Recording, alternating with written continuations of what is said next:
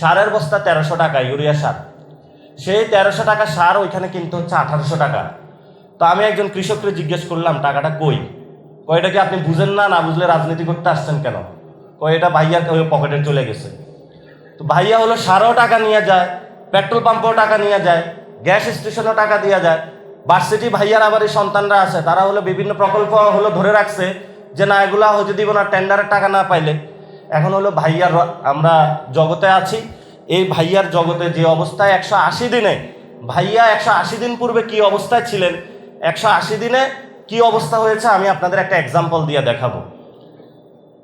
এটা হলো ভাইয়ার একটা প্ল্যান। ভাইয়া হলো এভাবে ফুলে ফুফে হলে বাংলাদেশে আসছে।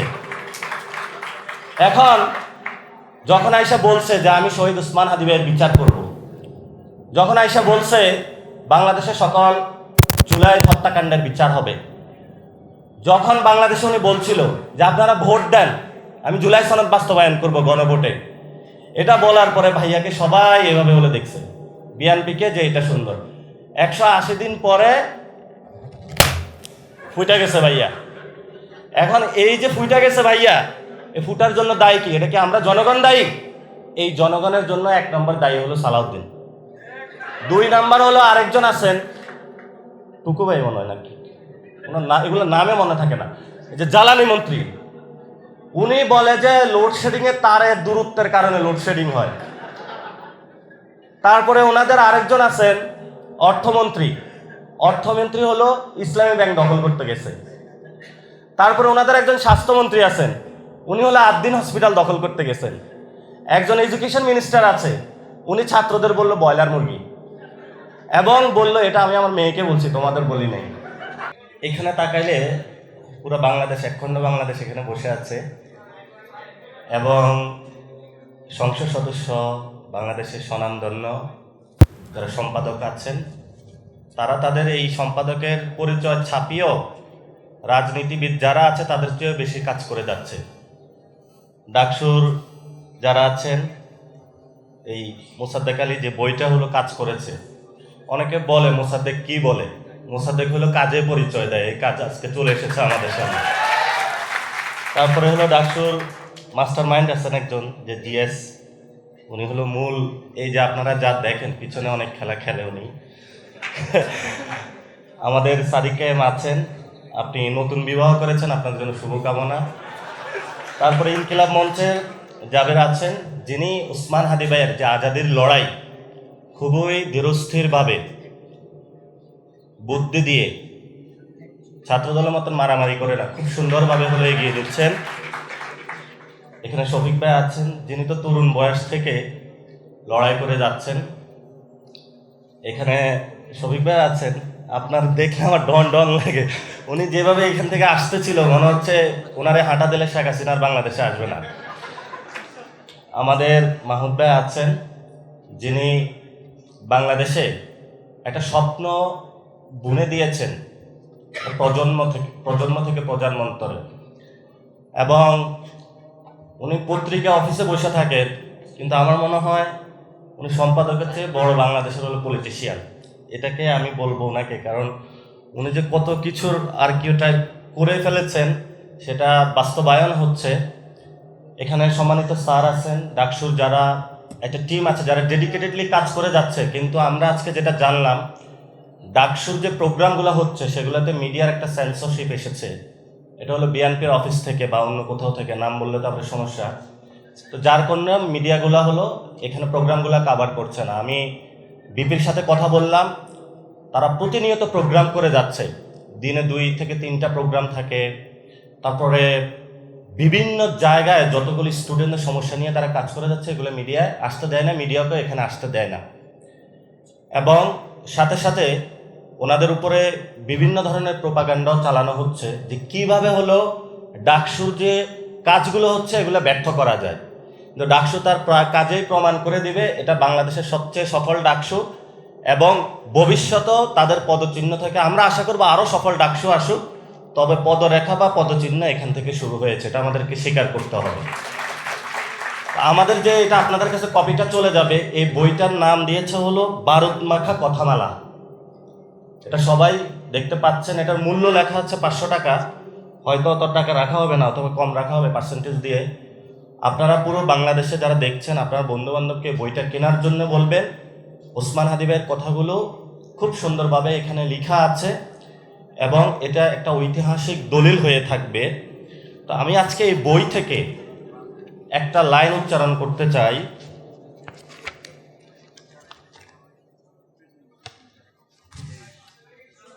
শহীদ ওসমান হাদি ভাইকে প্রশ্ন করা হয়েছিল, আপনি কি ভারতকে ঘৃণা করেন?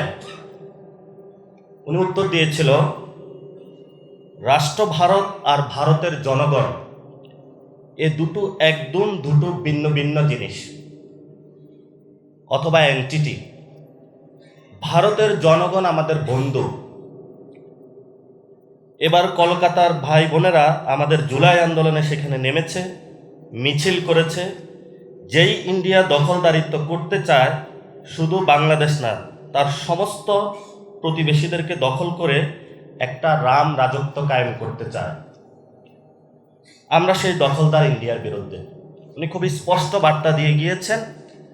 বাংলাদেশের অনেকেই মুজিববাদী শক্তি যারা, তারা ওসমান হাদি ভাইকে প্রমাণ করতে চাচ্ছে সে নাকি ইন্ডিয়া বিরোধী। আমরা বলবো ইন্ডিয়ার দুইটা এন্টিটি, এটা সত্য।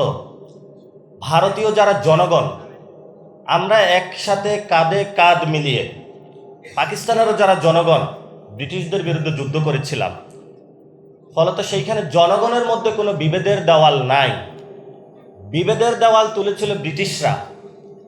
সেই যে বিভেদের দেওয়াল, সেই দেওয়ালের বড় একটা এই ভারত রাষ্ট্রের যে এস্টাবলিশমেন্ট তাদের কাছে দিয়ে গিয়েছিল। আমরা পাকিস্তান রাষ্ট্র যেটা আছে সেই বিভেদের দেওয়াল থেকে বের হয়ে একটি বৈষম্যহীন বাংলাদেশ 1971 সালে গোড়াপত্তন হয়েছিল সাম্য, মানবিক মর্যাদা এবং ন্যায় বিচারের ভিত্তিতে। সেখানেও অনেক আজাদির সংগ্রামের পুরুষ ছিলেন, 47 আজাদির সংগ্রামের পুরুষ ছিলেন অথবা নারী ছিলেন। এভাবে যুগে যুগে অনেক সংগ্রামী মানুষ ছিলেন যাদের রক্তের মধ্যে কোনো বিভেদের দেওয়াল নাই। আপনারা জুলাই আন্দোলনে দেখেছেন কৃষক, শ্রমিক, মজুর, কুলি সবার একসাথে রাজপথে রক্ত পড়েছে। এই রক্তটায় কোনো চিহ্ন করা যায় না এটা কি জামায়াত ইসলামের রক্ত নাকি বিএনপির রক্ত নাকি হলো কোনো সাংবাদিকের রক্ত। সেই রক্তটার একটি লাল চিহ্ন ছিল যে রক্তের মধ্য দিয়ে প্রতিনিয়ত আমাদের আজাদির ডাক দেওয়া হয়েছিল। সে আজাদির বাংলাদেশের যে অগ্নি স্ফুলিঙ্গ, এটার স্ফুরণ ঘটিয়েছিলেন শহীদ ওসমান হাদি। উনি অনেকভাবে কাজ করতে চেয়েছিলেন।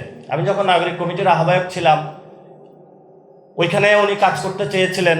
পরে আমি ওনাকে বললাম যে আপনি একটা আসন গুছান।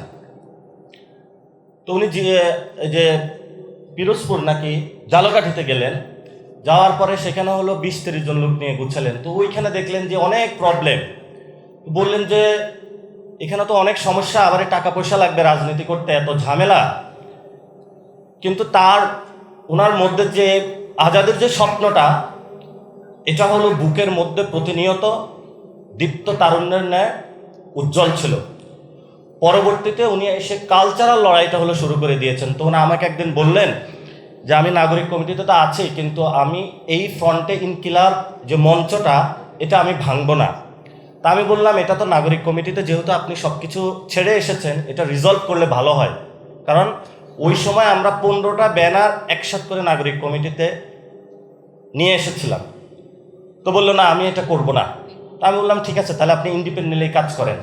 তো আমাকে বললেন যে আমি নাগরিক কমিটিও করব, ইনকিলাব মঞ্চ করব, দুইটা কাজ একসাথে চালাইতে হবে।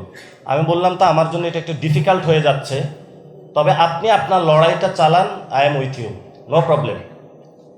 তো অনেক কথা হয়েছিল, অনেক অভিমানও হয়েছিল এবং সেটা উনি প্রমাণ করেছেন।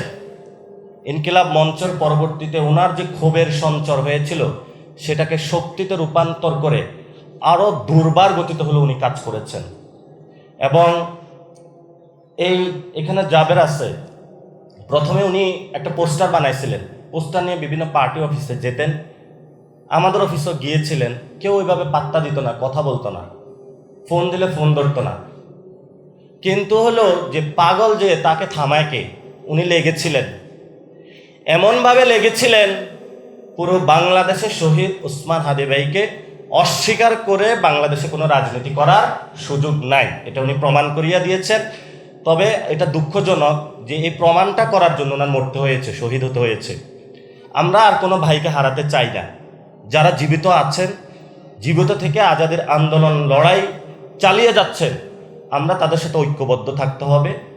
উনি বলে গিয়েছিলেন যে জান দিব, জুলাই দিব না।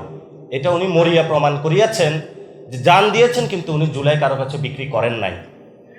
এবং সেই লড়াইটা সামগ্রিকভাবে যারা দল বাংলাদেশে আছে এরা জুলাইকে এগিয়ে নিতে পারবে না। জুলাই বাংলাদেশের জনগণের, জুলাই হলো ছাত্রদের। ঢাকা বিশ্ববিদ্যালয় থেকে শুরু হয়েছিল এবং ঢাকা বিশ্ববিদ্যালয়ের ছাত্রদেরকে এটা এগিয়ে নিতে হবে, বাংলাদেশের জনগণকে এগিয়ে নিতে হবে। রাজনৈতিক দলগুলো আছে ভাগবটোয়ারা, ওগুলোর উপরে আমাদের কোনো ডিপেন্ড করে লাভ নেই। আমিও রাজনীতি করি, কিন্তু আমি সত্যের যেটা সেটাই আমি বলবো। দ্বিতীয় যে বিষয়টা আজকে বলবো, আমাদের একটা খুনি আছে বাংলাদেশের, বিখ্যাত খুনি শেখ হাসিনা। এটা তো চলে গেছে। হ্যালো, হ্যাঁ আচ্ছা আচ্ছা। এই শেখ হাসিনা খুনি হলো, ভারতে পালাইছে। ভারত আছে বিপদে। যদি শেখ হাসিনা বললে চলে যায়, এটা বুঝে না। আচ্ছা হ্যালো, যদি শেখ হাসিনা কে ভারত রাষ্ট্র অন্য কোনো দেশের কাছে সমর্পণ করে, তাহলে প্রতিবেশী রাষ্ট্রের কাছে একটা বার্তা যাবে, ভারত যেগুলাকে হলো ঘেটুপুত্র বিভিন্ন সময় টাকা পাঠিয়ে বিভিন্ন মুজিববাদী বয়ান দিয়ে তৈরি করে যেই ধরনের ঘেটুপুত্র গাদ্দার বাংলাদেশে বানাইছে, এদেরকে যদি সিস্টেমেটিক ওয়েতে না রাখতে পারে, তখন অন্যান্য দেশের ওরা ভয় পাবে যে আমি ভারতের দালালি করলে, শেখ হাসিনার মতন যখন ভারতে পালাবো, তখন একটা পর্যায়ে আমাকে ভারত থেকে তারা বের করে দেবে। এই কারণে ভারত রাষ্ট্রের অনেক বন্ধুর সাথে কথা হয়েছে, এটা নিয়ে হলো ভারত সরকারও বিপদে আছে। যদি শেখ হাসিনাকে বের করে, তাহলে প্রতিবেশী রাষ্ট্রের কাছে একটা বার্তা যাবে যে যদি শেখ হাসিনাকে বের করা হয়, তাহলে ভবিষ্যতে কাউকে এখানে আশ্রয় দেওয়া হবে না।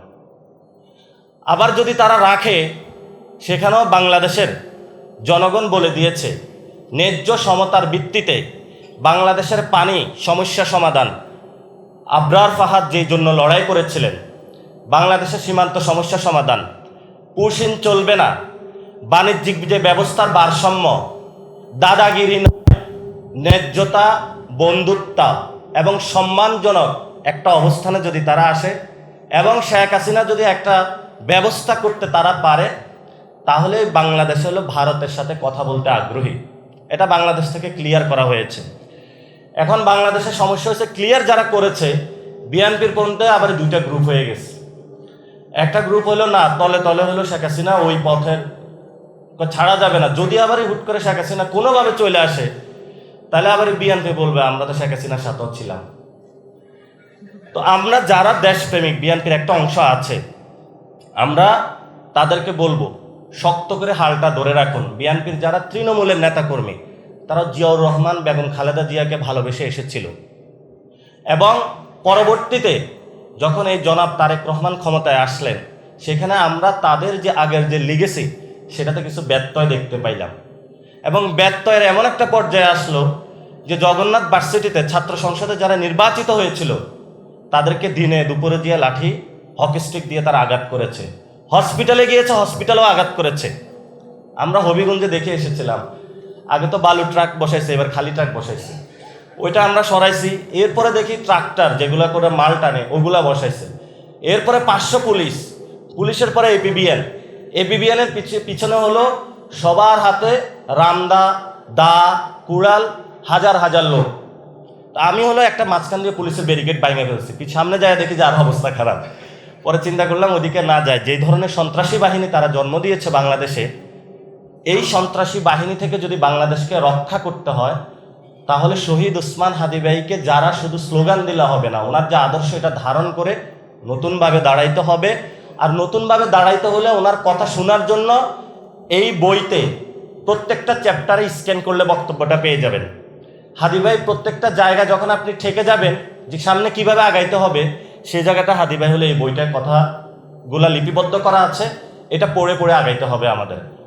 আল কোরআন তো আছে, তো হাদি ভাইয়ের বড় একটা জায়গা ছিল, যেটা আমরা আজকে সবাই দিব কিনা আমি ভয় পাইতেছি। উনি বলেছিলেন ইনকিলাব জিন্দাবাদ, আর একটা শব্দ আছে মুজিববাদ মুর্দাবাদ। আমরা আজকে এই হলে 1 মিনিট একটু স্লোগান দিই আপনাদের, একটু ইনকিলাব জিন্দাবাদ, মুজিববাদ মুর্দাবাদ, ইনকিলাব জিন্দাবাদ, মুজিববাদ মুর্দাবাদ। উনি আরেকটা স্লোগান দিয়েছিলেন নারায়ে তাকবীর, এটা সবার স্লোগান। এই নারায়ে তাকবীর স্লোগান দেওয়ার বাংলাদেশের সকলের অধিকার আছে। উনি এটা সার্বজনীন ভাবে এই দাবিটা উত্থাপন করেছিলেন।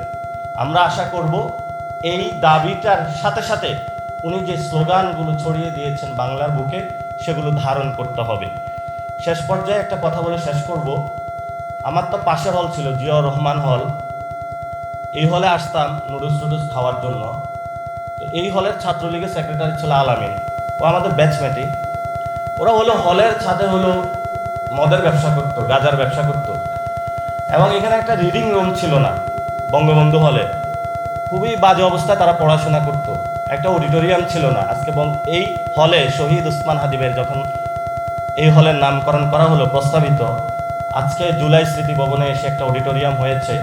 এটা জনগণের ট্যাক্সের টাকা, এটা কারো টাকা না। কোনো দল যদি দাবি করে যেটা আমার টাকা, বিএনপি দাবি করবে, এনসিপি দাবি করবে, জামাত, এটা হলো জনগণের ট্যাক্সের টাকা। স্টুডেন্টরা ট্যাক্স দেয় সরকারকে, তাদের পড়াশোনার দায়িত্ব সরকারের অবকাঠামো নির্মাণ করতে হবে। ডাকসুর আমি শুনলাম বিপি থেকে যে প্রস্তাবিত ভবনের একটা বাজেট হয়েছে, কিন্তু সেটা নিয়ে কাজ করতে দিচ্ছে না তারা, কারণ তাদের ওইটারই চাঁদাবাগ মনে করতেছে পরে এটা করলে বড় চাঁদাবাগ পাবে।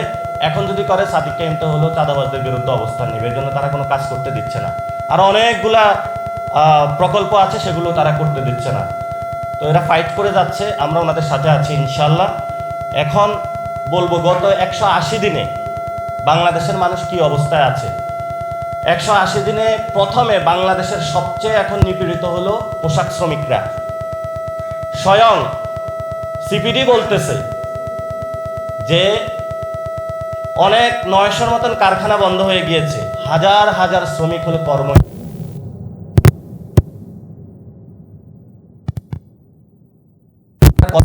কেন যে আমি হলো সিরিয়াল ধরে সারা রাত হলো গ্যাস পাই না, সিএনজিরা হলো দাঁড়ায় আছে। আপনারা যে কোনো পেট্রোল পাম্পে যাইবেন, সিএনজি স্টেশনে যাইবেন, কোথাও গ্যাস নাই, সরকার গ্যাস দিতে পারতেছে না।